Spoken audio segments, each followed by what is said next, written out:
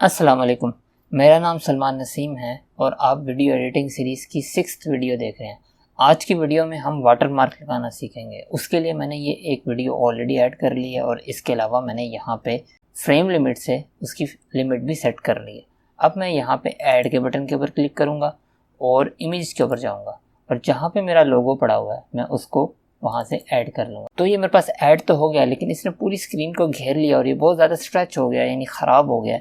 इसको सही करने के लिए मैं अपने राइट साइड पे इधर जाऊंगा। अगर आपके पास ये मेन्यू नहीं आ रहा तो एन के ऊपर क्लिक करें तो ये आपके पास मेन्यू आ जाएगा और ऑफसेट के ऊपर चेक करूंगा तो ये मेरे पास लोगो इस तरह से आ जाएगा। अब मेरे पास ऑफसेट के ऊपर चेक करने के बाद फ्रीडम है कि मैं उसको किस जगह पे रखना चाहता हूँ। मैं उसे राइट साइड पे यहाँ जाके इस तरह से ऊपर भी रख सकता हूँ और किसी और जगह भी रख सकता हूँ। जहाँ मैं उसे रखना चाहता हूँ वहाँ मैं रख सकता हूँ उसे। इसके अलावा अगर मैं इसके ऊपर ट्रांसफॉर्म लेयर लगाता हूँ तो मेरे पास फर्दर ऑप्शन आ जाते हैं। ट्रांसफॉर्म लेयर लगाने के बाद मुझे सिर्फ एक काम करना पड़ेगा कि यहाँ से जाके स्ट्रिप में जाके मुझे ब्लेंड मोड को अल्फ़ा ओवर करना पड़ेगा। तो अब मेरे पास ये चीज़ आ गई। यहाँ पे जाके अगर मैं यूनिफॉर्म स्केल के ऊपर चेक करता हूँ और इसके अलावा इसको इस तरह से छोटा कर लेता हूँ, यहाँ से यूँ छोटा कर लेता हूँ और अब मेरे पास फर्दर ऑप्शन है कि मैं इसको रोटेट भी कर सकता हूँ और यहाँ से मैं पोजीशन के ऊपर एडजस्ट भी कर सकता हूँ।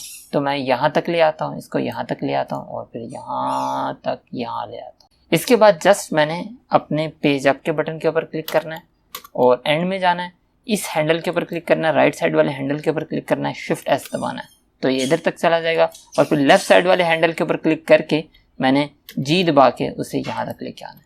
तो मेरे पास पूरी स्ट्रिप के ऊपर, पूरी फिल्म के ऊपर वो वाटर मार्क ऐड हो जाएगा। तो आज की वीडियो में इतना ही था। इंशाल्लाह नेक्स्ट वीडियो में मुलाकात होगी।